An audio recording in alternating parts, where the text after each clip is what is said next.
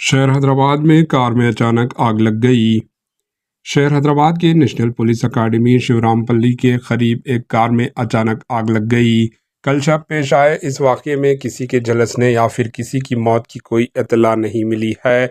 इस वाक़ये के साथ ही मुकामी अफराद ने फायर ब्रिगेड के अमला को इत्तला दी, जिसके बाद फायर ब्रिगेड के अमला ने वहां पहुंचकर आग पर काबू पाया। ताहम तब तक ये कार जलकर मुकम्मल तौर पर खाकसार हो गई थी। आग लगने की वजह मालूम ना हो सकी। इस वाक़ये के साथ ही सड़क पर बड़े पैमाने पर हुजूम जमा हो गया। पुलिस ने इस कार को वहां से हटाते हुए सड़क को ट्रैफिक के लिए बहाल कर दिया।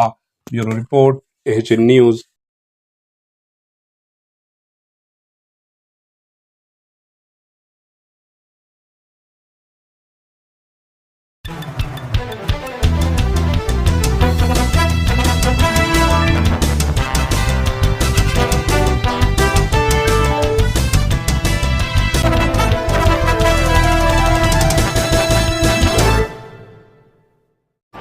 एएचएन न्यूज़ को लाइक करें, शेयर करें और सब्सक्राइब करना ना भूलें।